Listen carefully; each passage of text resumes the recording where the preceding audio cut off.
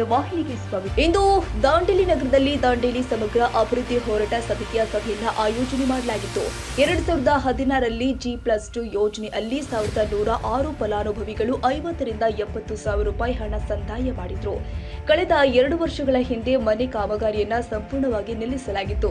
ಹೋರಾಟ ಸಮಿತಿಯವರ 108 ಮನೆ ಸಿದ್ಧಗೊಂಡಿದ್ದು, ಕಳೆದ 20 ದಿನಗಳ ಹಿಂದೆ ಶಾಸಕರು ಆದ ದೇಶಪಾಂಡೆ ಅವರು 74 ಫಲಾನುಭವಿಗಳಿಗೆ ಆದೇಶ ಪತ್ರ ನೀಡಿದ್ರು.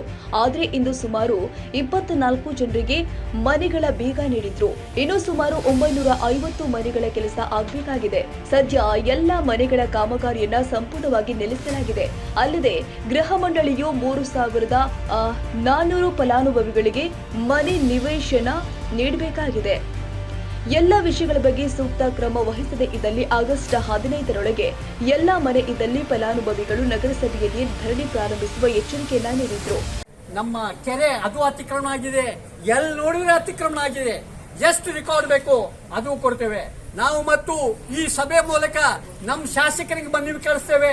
ಇಲ್ಲಿ ಭೂ ಹಗರಣ ಏನಿದೆ ಇದರ ಬಗ್ಗೆ ಲೋಕಾಯುಕ್ತರಿಂದ ತನಿಖೆ ನಡೆಸಬೇಕು. ಇಲ್ಲಾಂದ್ರೆ ಈ ವಿಷಯ ಬಗ್ಗೆಯೂ ಸಹ ಮುಂದಿನ ದಿನಗಳಲ್ಲಿ ನಾವು ಹೋರಾಟ ಪ್ರಾರಂಭ ಮಾಡಬೇಕಾಗ್ತದೆ ಅಂತೇಳಿ ಈ ಸಭೆ ಮೂಲಕ ಹೇಳಿಕೆ ಕೊಡ್ತಾ ಇದ್ದೀವಿ. ನಾವು ಯಾವತ್ತೂ ನಮ್ಗೇನು ಕೊಡ್ರಿ ಅಂತೇಳಿ ಹೋಗಿಲ್ಲ. ನಮ್ಮ ಜನರು ಏನ್ ದುಡ್ಡು ತುಂಬಿದ್ದಾರೆ ಆ ದುಡ್ಡಿಗೆ ನ್ಯಾಯವಾಗಿ ಅವ್ರು ಸಿಗದೇ ಇದ್ರೆ ಖಂಡಿತವಾಗಿ ನಾವು ಪಕ್ಷಾತೀತವಾಗಿ ಎಲ್ಲಾ ಸಂಘಟನೆಗಳನ್ನು ಸೇರಿಸಿ ಮತ್ತೆ ಒಂದು ಹಿಂದಿನ ಹೋರಾಟ ಏನಿನ ಚರಿತ್ರೆ ಇದೆ ಅದನ್ನು ಪುನರ್ ನಿರ್ಮಾಣ ಮಾಡ್ತೇವೆ ಅಂತೇಳಿ ನಾವು ಹೇಳಿಕೆ ಇಷ್ಟಪಡ್ತಾ ಇದ್ದೇವೆ. ಇವತ್ತು ನಾವು 8 ತಿಂಗಳಿಂದ ಕಾದಿದ್ದೇವೆ. ಕಾನೂನುಬದ್ಧವಾಗಿರಲಿ, ಕಾನೂನು ವಿರುದ್ಧ ಇರಬಾರ್ದು, ನಮ್ಮ ಕೆಲಸ ನಡಿಬೇಕು, ಜನರ ಮನೆ ಸಿಗಬೇಕು ಅಂತೇಳಿ ಸತತವಾದ ಪ್ರಯತ್ನ ಮಾಡಿದರೆ ಅದಕ್ಕೆ ಯಾರೂ ಸಹಕರಿಸ್ತಾ ಇಲ್ಲ.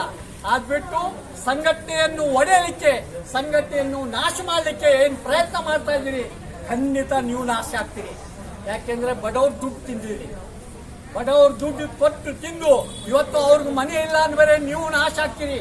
ಇವರ ವಿರುದ್ಧ ಯಾರು ನೀವು ಹೋರಾಟ ಮಾಡ್ತಾ ಇದ್ರಲ್ಲ, ಏನ್ ಸಂಘಟನೆ ಮುರುಳಿಸಕ್ಕೆ ಕುತಂತ್ರ ಮಾಡ್ತಾ ಇದ್ರಲ್ಲ, ನೀವು ಖಂಡಿತವಾಗಿ ನಾಶ ಆಗ್ತೀರಿ ಅಂತೇಳಿ ಈ ಸಭೆಯ ಮೂಲಕ ನಾನು ಹೇಳಿಕೆ ಇಷ್ಟಪಡ್ತಾ ಇದ್ದೇನೆ. ಇವತ್ತು ಈ ಹೋರಾಟ ಇವತ್ತಿಂದ ಇನ್ನೂ ಹೆಚ್ಚಿನ ರೀತಿಯಲ್ಲಿ ನಾವು ಮಾಡಲಿಕ್ಕೆ ನಾವು ಕಾರ್ಯರೂಪ ಮಾಡ್ತೇವೆ. ಕನಿಷ್ಠ ಕಂಟಿನ್ಯೂಸ್ ಆಗಿ ಈ ಒಂದು ಹೋರಾಟ ಈಗಾಗಲೇ ನಾವು ರಾಜ್ಯ ಮುಖ್ಯಮಂತ್ರಿಗಳಿಗೂ ಭೇಟಿಯಾಗಿ ಮನವಿ ಕೊಟ್ಟಿದ್ದೇವೆ, ಜಿಲ್ಲಾ ಉಸ್ತುವಾರಿ ಸಚಿವರು ಕೊಟ್ಟೇವೆ, ಶಾಸಕರಿಗೆ ಕೊಟ್ಟೇವೆ, ಎಲ್ಲರಿಗೂ ಪಟ್ಟಾಗಿದೆ. ಮತ್ತೊಮ್ಮೆ ಸಹ ಎಲ್ಲರ ಹತ್ರ ಅಪ್ರೋಚ್ ಮಾಡ್ತೇವೆ.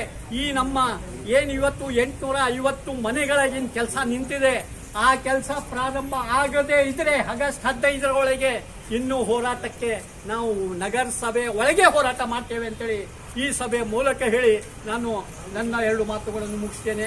ಯಾರು ಏನಾದರೂ ಮಾತಾಡಿ ನೀವು ತಲೆ ಕೆಡಿಸ್ಕೊಳ್ಬೇಕು. ನೀವು ಸಹ ಈಗ ನೀವು ಮನೆ ಹೋದಾಗ ಕಾನೂನುಬದ್ಧವಾಗಿ ರಿಜಿಸ್ಟ್ರೇಷನ್ ಮಾಡಲೇಬೇಕು.